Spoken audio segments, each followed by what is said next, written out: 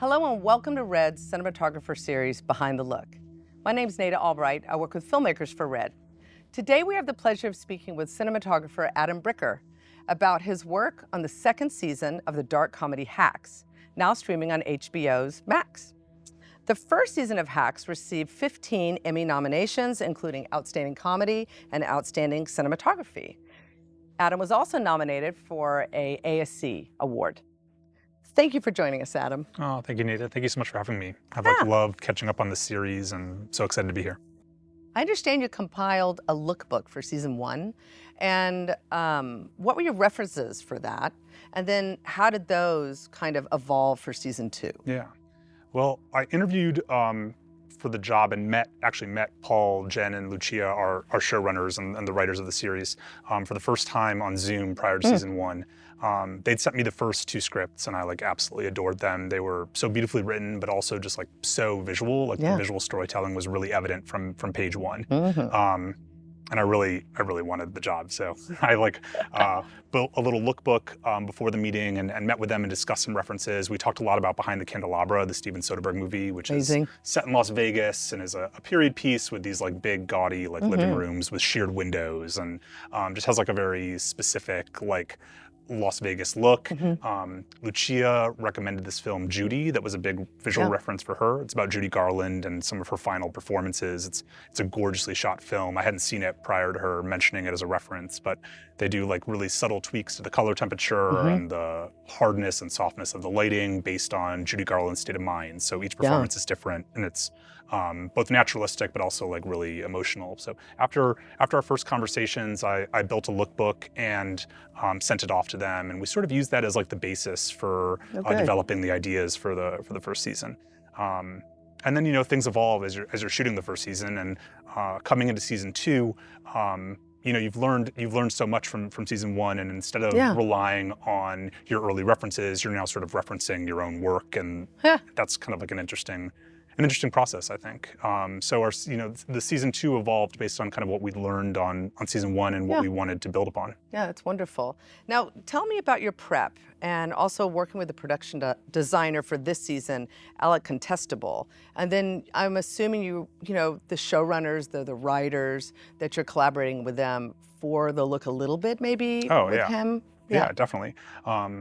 Yeah, I think coming into season 2, and season 1 is primarily set in Las Vegas. So our hero locations are Deborah's enormous mansion, a lot of Las Vegas casinos and Las Vegas theaters, and going into season 2, Ava and Deborah are on the road and they're playing smaller venues and kind of dive bars, and they're in a tour bus. So things have changed dramatically in terms of the scale of what we're doing, and we're sort of on this road trip with them. So I think it was all of us working together to figure out how we could take the principles that we developed in season 1 and apply them to these new environments for season 2, and have the look be continuous. And yeah, that's what's interesting is it's comedy. Did you feel kind of pressured? It should look this way because it's comedy. It's kind of a dark comedy, right? Right. No, I think we all from the get-go, Jen, Paul, and Lucia were all on board with it being an emotionally expressive visual language.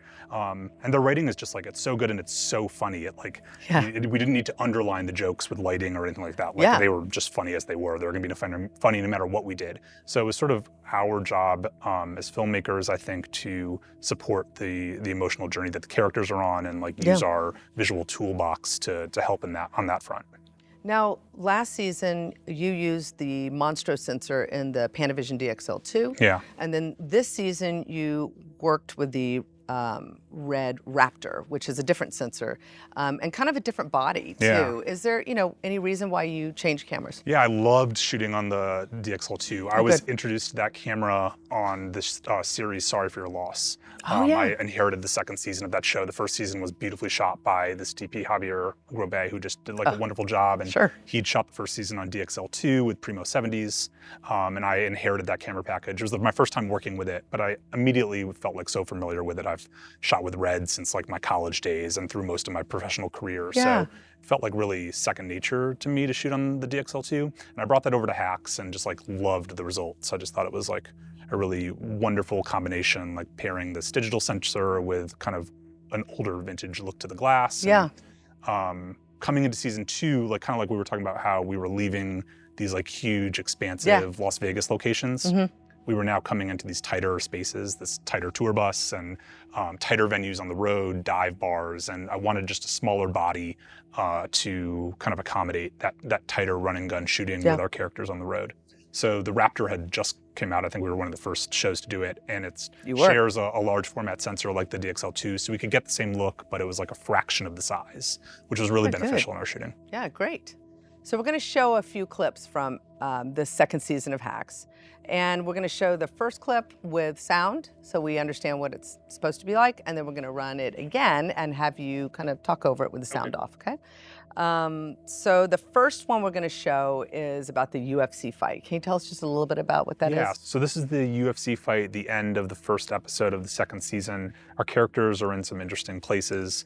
Deborah has lost her longtime Las Vegas residency, and she's been just like really, really beaten up. It's at a low point for her, so. Okay, let's take a look. How's it going? Bad.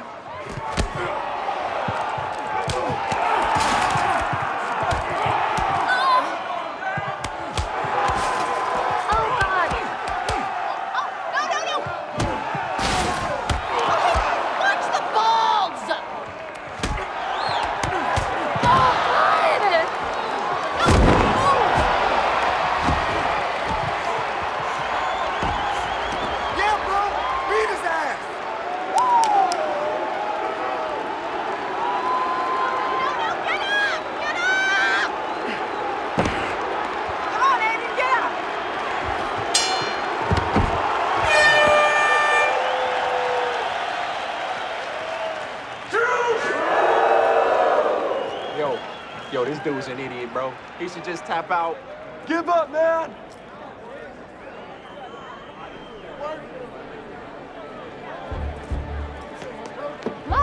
Excuse me. Oh my God, what is Excuse me. Excuse me. Move. Hands up. You gotta circle Aiden. away. You cannot get your back. Mom? Hey, lady, you can't be... It's cool. Aiden, listen to me. Look at me. Everybody thinks you're done. No one believes in you, okay? They want to see you get knocked down, and they want you to stay down. But guess what? You're gonna get back up, and you're gonna find his weakness, and you're gonna hit it hard. And you're gonna hit it again, and again, and again. In fact, you're gonna hit him so hard, he doesn't get angry. He gets scared. You're the underdog, but you're gonna get back up because you're a Vance now. So go kill him. Okay. Okay. Okay. Go! Go, baby!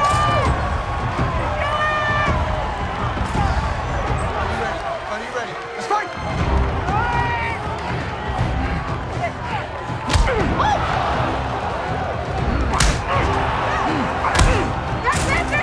You can't be up.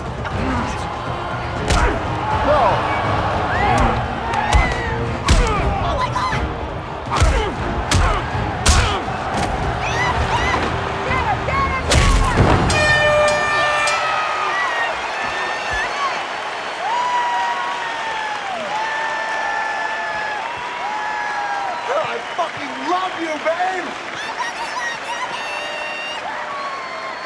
This is our fucking city! Woo! Do not fuck with Deborah Vance! Fuck you! Okay, so we're gonna watch it again, and this time just, let's walk through it and tell us a little bit about, one of the things I wanna know is the lighting. I mean, you have a lot of things going on in this scene between the close-up with Deborah and then those shots of the fight itself. I don't know if you've ever shot boxing before. No. Yeah.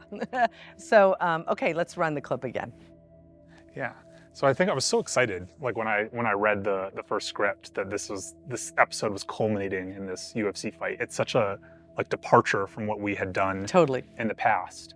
Figuring out how to make it cohesive with the rest of the show was a fun challenge. I think our show is typically like very soft and we're not afraid of it being dark or moody. Yeah.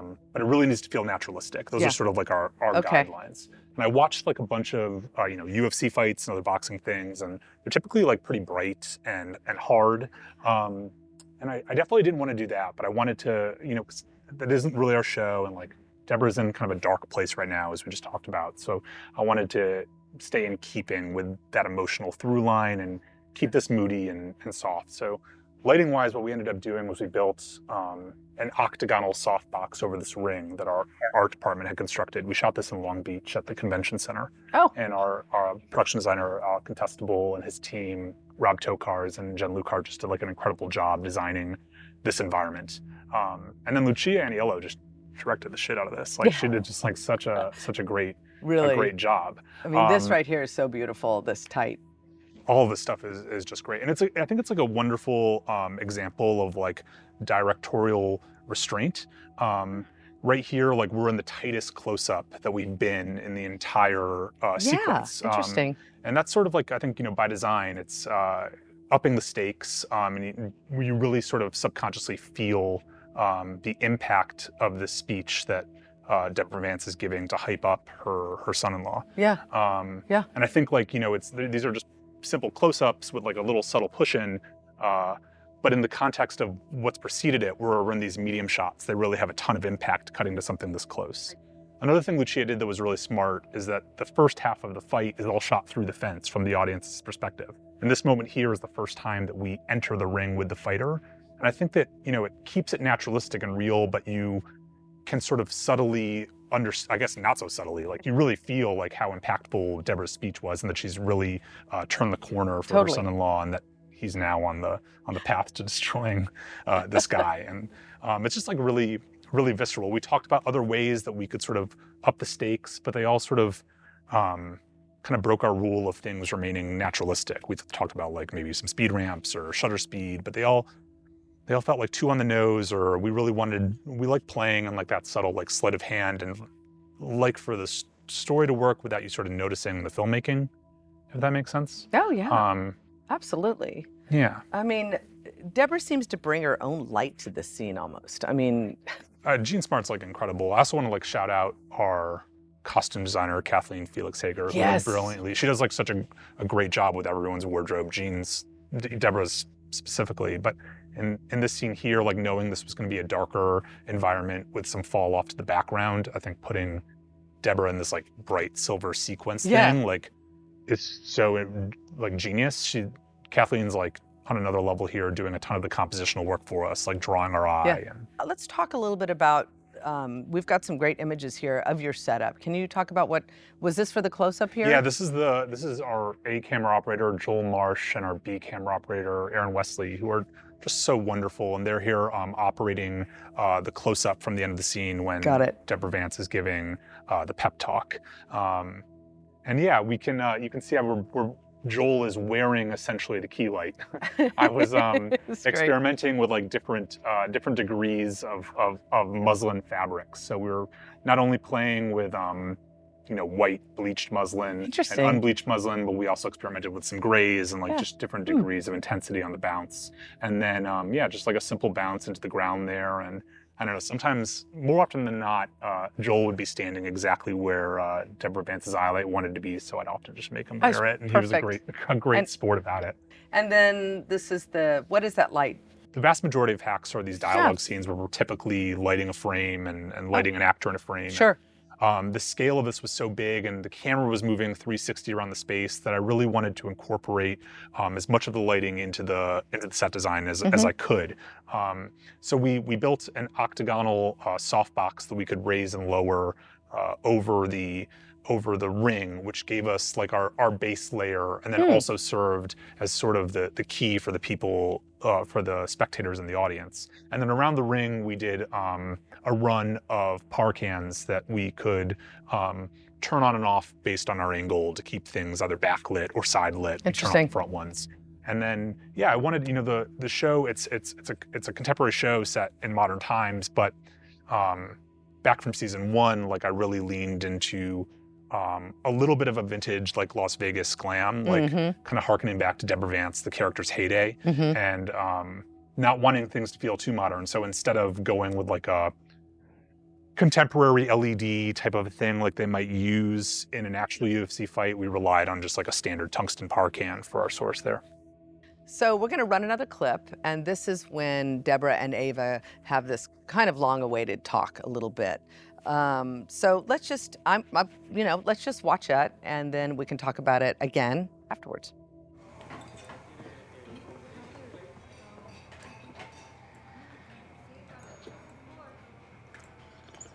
I have good news, actually. That, email, it's not gonna be used in their new show. Jimmy took care of it. Can I get you gals anything else? Just the bill, please. Separate checks. Sure.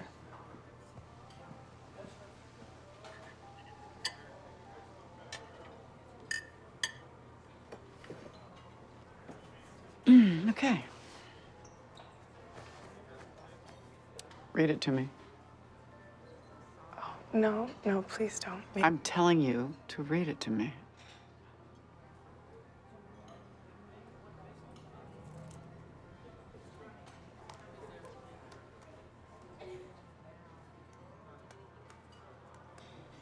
The entire thing.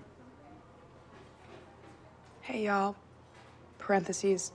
Trying not to use the gendered term you guys anymore, even though it honestly sounds neutral to me. End parentheses. First of all, I'm so sorry about how our meeting ended the other day. I fucking suck at first impressions. LOL. I just wanted to follow up on our convo. I actually think Deborah Vance is the perfect comp for your horrible boss character in Bitch PM. Their show is about a prime minister who is a bitch. Yeah, got that. Anyway, here are some stories you could probably use about someone who treats people like shit and has no remorse about it at all. She once asked me to perjure myself for her in traffic court. Most days, the first words out of her mouth when she sees me are not flattering. Once, when I was having an asthma attack, she said, "Do you have to do that in here?" She once refused an employee maternity leave because she thought the baby was ugly and said, "Why would she want to be at home with that thing?"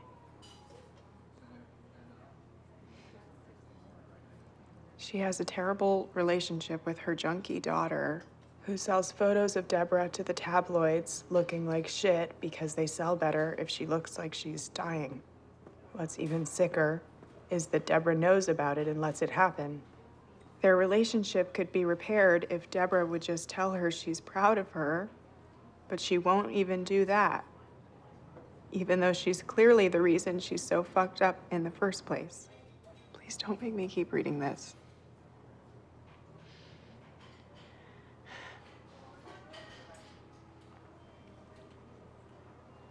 The truth is, Deborah Vance is a bully, and the worst kind. One who thinks she's the victim. Every person in her life is on her payroll and would never be around her if their livelihoods didn't depend on it. Myself included. It's her own fault she's so lonely. Though she's too selfish to ever admit it. I think that's why she needs her adoring fans. Because no one in her life actually loves her. Deborah, that's not true. I don't believe. Ladies, have a great night.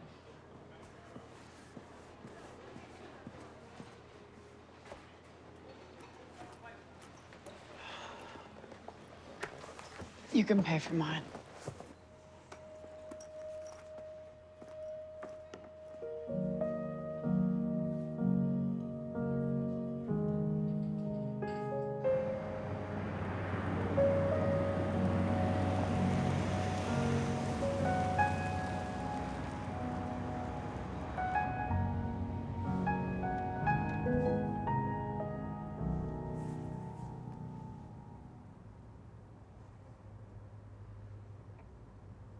You know, you're good at writing for me. And I thought it was because you understood me. But it's because you're just like me. You're as selfish and cruel as I am.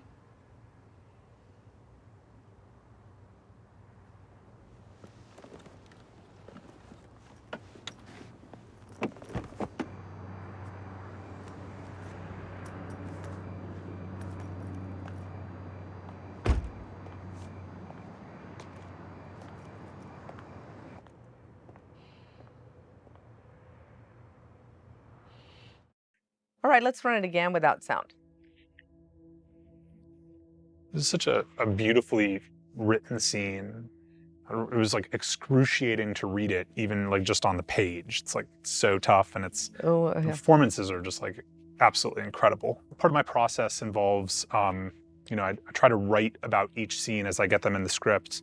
I'll write like a little paragraph. Sometimes it's technical, sometimes it's just like what I want the scene to feel like, and then I'll find references. I try to force myself to find references to kind of, sometimes they like spur ideas for me, or like if I find the perfect one, it will help convey an idea to the crew, or maybe I'll find like a practical lamp that I like. But a lot of the references that I pulled for this scene initially were other diner restaurant scenes that were cooler.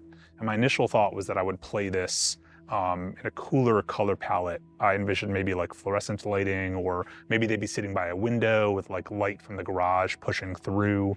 I kind of had initially conceived of it as just feeling different, like they're not in a warm, cozy space. Right. But then Lucia and our incredible location manager, Kyle Suker, found this wonderful location in the valley that was just like so wonderful. The scene takes place in Sedona, and it just felt like very authentic. It does. It does, right? Yeah, so, with the wood paneling and absolutely. mural.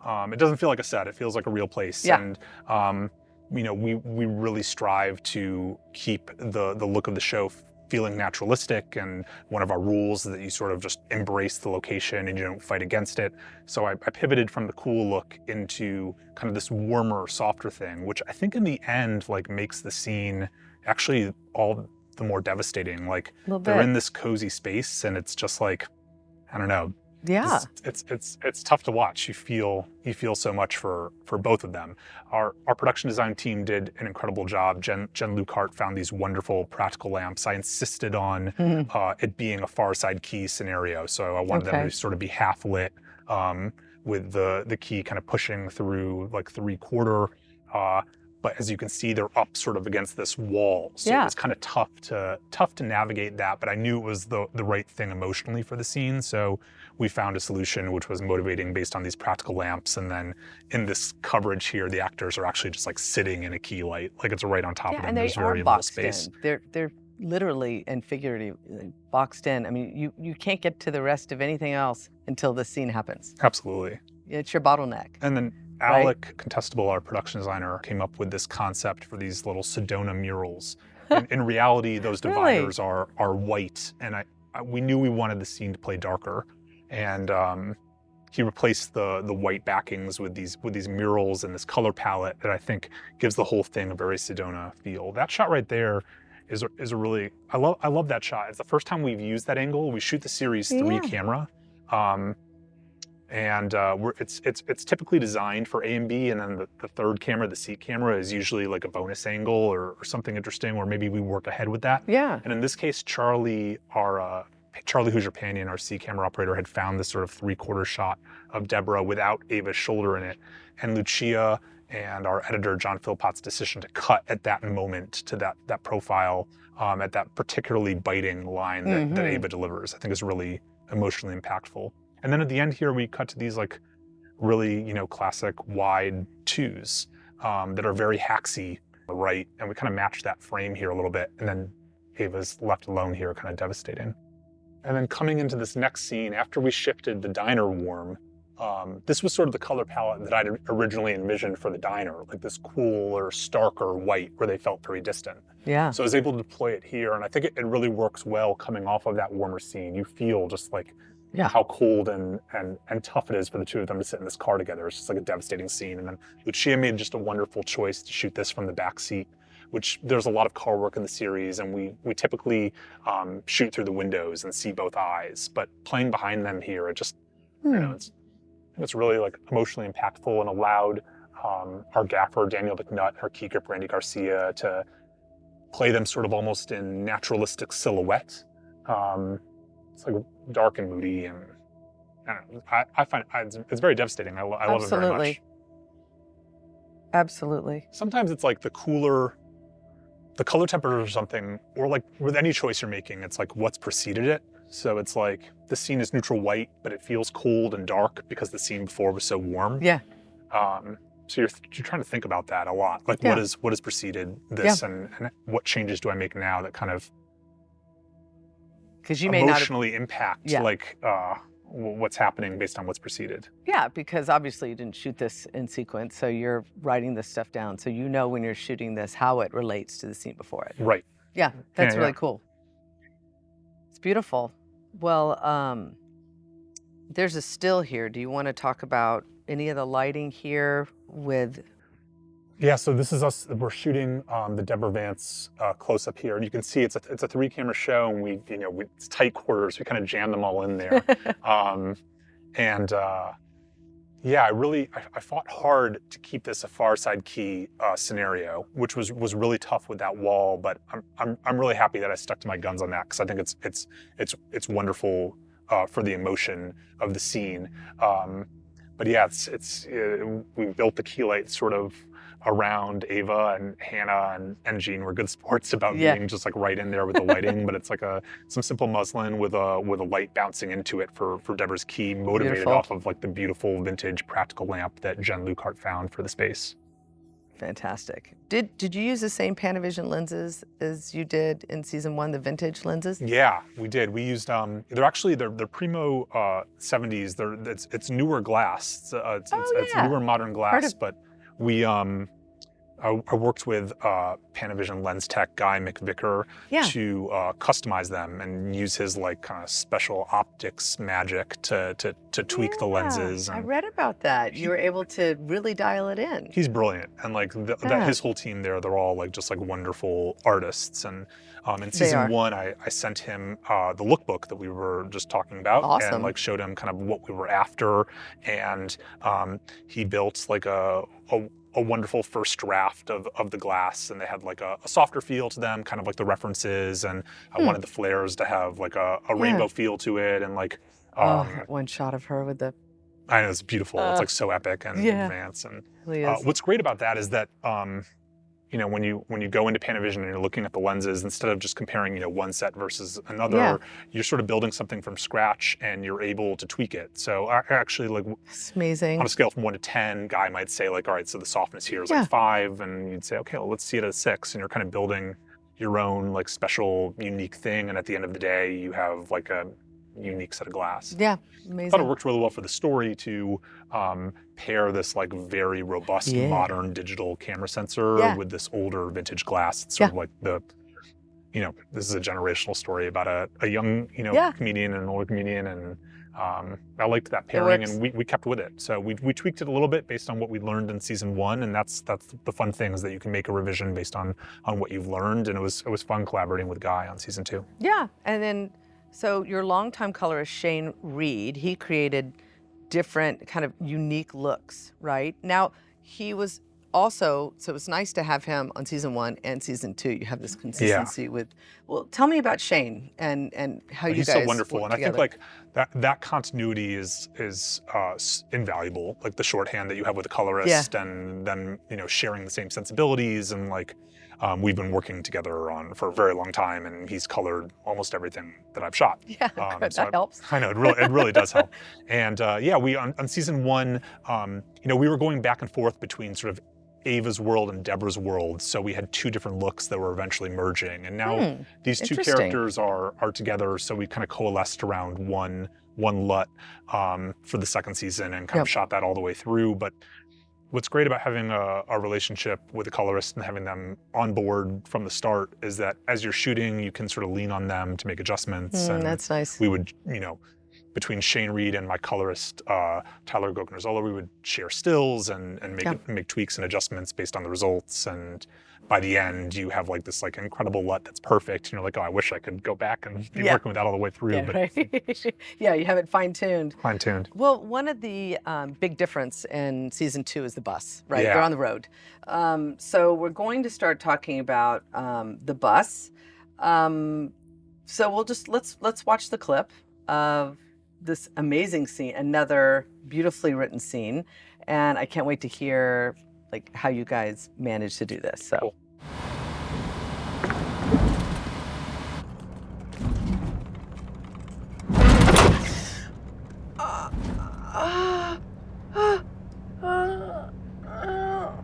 Oh my.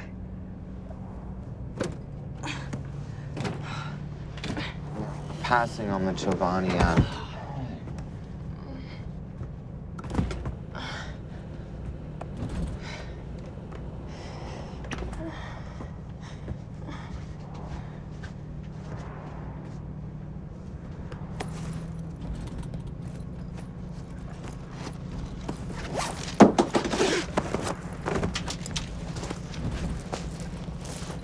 Fuck.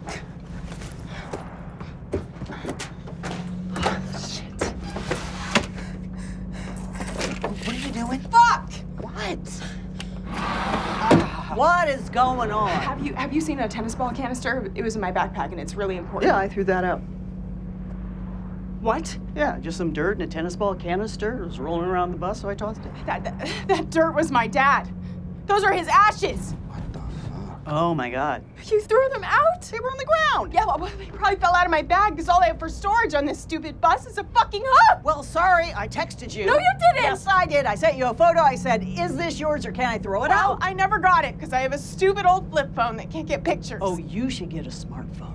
They're a game changer. I know about smartphones. I'm trying to be a good person, you dumb bitch. What is happening? Why the fuck is my Lemaire on the ground? We threw away Ava's dad's ashes. Oh, Jesus. It was an accident. Where did you throw them out? Must have been when I had supper at McDonald's, Burger King, or Wendy's. Or?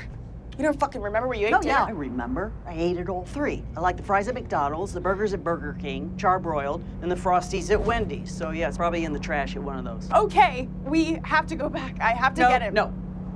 Sorry about your papa. That's my bad. But we're way too far away. We got to get to Oklahoma. We can't double back now or it's going to throw the whole schedule Oh off. my God, fine. Then just stop the bus and drop me off. I'll call an Uber. Without a smartphone?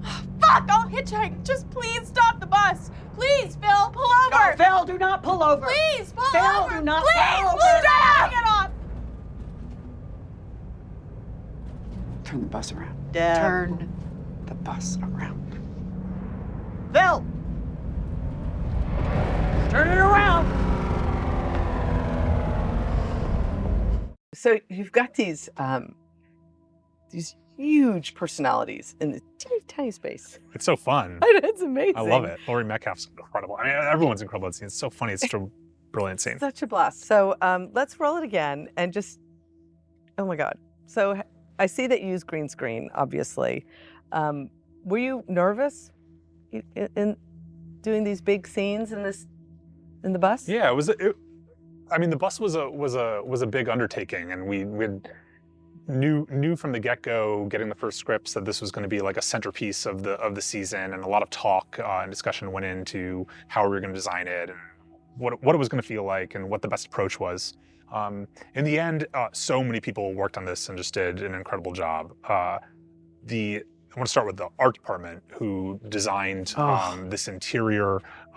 It's kind of like Deborah Vance's mansion on wheels. Oh my God, her bed with the beautiful halo behind her head. And we So built good. this, we constructed this on our stages at Universal. It was the sort of center of the bus is a set, and then the front of the bus, they actually like purchased a tour bus and like chopped it off Wow. and put the front on. And then we had an actual tour bus that we sent out on the road on like a massive road trip with C camera operator Charlie Hoosier-Panion, who I've known forever and is just like a wonderful photographer and cinematographer. And he shot this just excellent, really just beautiful footage of the bus sort of traversing the country on this road trip, which I think gave the season like a great deal of scope, like seeing it go through Chicago and Memphis and the Southwest. Like his work just brought so much to it. And then another unit, they shot these plates because we needed the plates as they're traveling the country to not only be authentic to where they were, but to be at the right height. And a tour bus is at a pretty specific height. Oh, that's interesting. Stock plates weren't going to work. We needed to shoot our own. So we shot the bus work on green screen, and we were all sort of working simultaneously. The plate unit did a great job of like getting us these selects before we shot, so that we could match the lighting to the plates. Lucia, Paul, and Jen like really wanted this to feel like as real as possible. So Alec and his team did a great job of building a shootable set within the floor plan of an actual bus and making sure that it didn't feel too big and just like felt very real. And then the key to the lighting was making sure that these plates that our plate unit was shooting, we had those in advance so that we could match our color temperatures and our sun position. Yeah, that's tricky, isn't it? Yeah, there's a lot of thinking about that. Right. Sometimes it's hard. Like if you don't have the plate in advance, you're sort of guessing on where the sun can be. And for certain scenes, I knew I'd want them sitting in a certain spot. So you'd say, maybe if you're driving along this road, let's look at Google Maps. You could go at this time, and the sun will be in that spot. And putting all the pieces to that puzzle, it was a lot to wrap your head around. But in the end, I think it really pays off, and it feels authentic. The approach to the lighting. I don't know if this is like the right technical term for them, but I relied heavily on concert movers, which are sort of like those lights that are on gimbals that you can program that move around at an event, and you can spot them in or flood them out. And I used those because the bus itself was stationary. It wasn't on airbags or anything. It didn't move. But when I did some scouting missions, I rode around on some tour buses during prep and took some iPhone video. Since the bus is rocking on the road, the light is sort of bouncing, and our programmer and our gaffer, Daniel McNutt, they built like a rhythm to the movers so that in sync, all of these movers around the bus would sort of tilt up and down, replicating the shaking movement of the bus. And then you can see it. Yeah, it's great. And then we would do, for the night work, the bus was surrounded. I think it was like 15 or 20 movers, and we would just put them in a pattern so you could feel like the passing lights. During the day, we could use them as sunspots to like hit certain places, and in the plate when we'd pass like a telephone pole or trees, we could blink them in a sequential order and create that sort of movement. So it was kind of like all hands on deck to make this feel real and look like they were actually on a tour bus. And then I think like I didn't want to take too much of a departure from the rest of the look of the show. And as we've talked about, it's like soft light, 3/4 keys, dark and moody. Trying to figure out like how to achieve that in the tight confines of this tour bus was quite the challenge. I worked closely with the art department to make sure that we had soft boxes built into the set, as you could see sort of by the window, or we had a beautiful soft box overhead to give them like a kind of a glowy hair light. And I just really wanted it to feel cohesive with the look of the rest of the series. It was a fun challenge. No, it was just so good, and it's so natural with the actors in it. I mean, I don't know how often you had to do takes, but these are long, intricate, emotional scenes, and they feel so comfortable in there. You can tell. Yeah, it's really beautiful. We have a couple of images. Yeah, so we shot with LEDs, and we transitioned into green screen. And the key I found to making the green screen work was just making sure that you were really sticking to the spirit of the plate. And just knowing like where the sun was to make it feel as real as possible. What are you worried about when you say, I wanted to stick to the spirit? I want like the shadows to match the plate, matching the car. So just like your sun direction the spirit of the sun direction really needs to work. And then, so if you go back through this first one here, you can see like the front half of the bus is real. It's sort of like cut down the middle there. And then Alec and his team just did like an incredible job building this like really beautiful set for us to shoot through. And we have soft boxes overhead, but it has a hard ceiling with sort of like a plexiglass frosted top. because it's a narrow space and we knew we were going to see it in all directions. And I wanted all the light sources to be shootable. And then you can see there's like these like I-beams where we can move around our concert movers and get them in the right spot, shooting through the windows. And we use those as like the hero source for our sunlight. And like I said, we build these little movements and bumps into them. And have you ever done this kind of, you know, intricate green screen? Had you ever worked on anything like that before? I've never done anything like this. And I don't know, the way that I sort of approach it is like I try to stay as creative as possible. And we have such a great team of technicians that work on the show. And I kind of view my job as like, you know, figuring out like what I want the end result to be and trying to stay true to that. And then really leaning and trusting the people around you to kind of help you figure out the best way to execute it. Yep. So a ton of credit to the concert movers goes to like Daniel McNutt, our gaffer, who just such a smart approach to executing the vision that we had in our head. And Jen, Paul, and Lucia for keeping us honest and wanting it to be as real as possible. Like that was a really good motivator. It was really good. Well, listen, we have one more clip. And this is when things really pick up for Deborah. Yeah. It's a montage. Can you tell us why you like this sequence before we watch it? Because you picked this sequence. I love this sequence so much. This is actually just like a short chunk of this montage. So this montage is sort of an answer to another montage that Paul W. Downs directed in season 1 with Ava and Deborah writing together. Here they're on the road. They're building out Deborah's new act and traveling the country. I think it's really, really fun. And there's so many different looks, and I'm just so proud of like how everyone worked together to turn this into this sort of epic journey. Paul and I looked at a lot of references for other montages, and we wanted to strike the balance between it feeling naturalistic, which is one of the guiding principles of the visual design of the show, while also having like an energy to it. We didn't want to feel like too gimmicky or too like we were manipulating it too much. What we landed on were these little subtle Steadicam moves operated by Joel Marsh, and then a handful of like little slider pushes.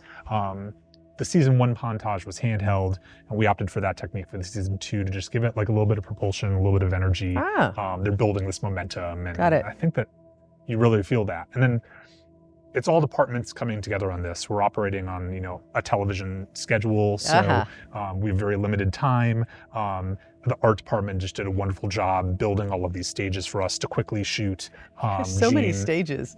Yeah, exactly. To quickly shoot Deborah in all these different environments and really make it feel like a journey. And then this shot is so beautiful. That's from Charlie Hoosier Panion's road trip across America with the bus, shooting these just like wonderful frames that great. I think just make it feel like so epic and real. And I don't know, I love it very much. It's wonderful. So you sent me some BTS of your crew, which I thought was great. So I just wanted to run these because these are just awesome shots. And there's a lot of Steadicam I noticed. Yeah, we put Joel Marsh to work. He's our A-camera Steadicam operator. And then, this is our crew. We went with a slimmed down unit to Sedona to shoot a few scenes there, and then on to the Grand Canyon, which I think gave the season like great scope, being on location and really feeling that. And then we've got the best crew, and so many people were able to come back from season 1. And then beyond that, a lot of these people I've worked with since film school. So we just have like a wonderful working relationship, but are also just like really close friends. And it's like a pleasure to collaborate with them every day. And I think it comes through. Yeah, I think like that continuity, I think, you know, it's fun. Really it's a fun group. So Adam, I have one final question. You have such distinctive looks on Hacks, American Vandal, and of course, Chef's Table. So how has working on Hacks informed you on, you know, any upcoming project that you may have? Well, I think I've learned a lot from all these projects. I think on Chef's Table, we took like a unscripted food documentary and tried our best to turn each episode into a movie. And David Gelb, who created that show, like really pushed us to have cinematic visual storytelling that supported the hero's journey of these chefs. So it was like a character-driven visual design. And it was unique. And then on American Vandal, Tony Ascenda really taught me like how to develop a set of rules and stay very strict to those rules. We wanted that to feel like a fake documentary, and did a lot of homework and Yeah. built like a little Bible for how we were going to shoot it and achieve that. So I applied both of those lessons to hacks. It's like a good set of rules to keep it feeling cohesive, and then rich, visual cinematic storytelling to support the journey of our characters. And I think, I'm so grateful to Paul, Jen, and Lucia for these like wonderful scripts and for this opportunity to support the storytelling with visuals. Yeah, it was just an amazing series. Congratulations on the third series coming up. Oh, third thank you. season. Yeah. Very exciting. Thank you for taking the time to join us. And also, thanks for being such a long-time Red shooter. I really appreciate that. And this has been a lot of fun. Oh, thanks so much.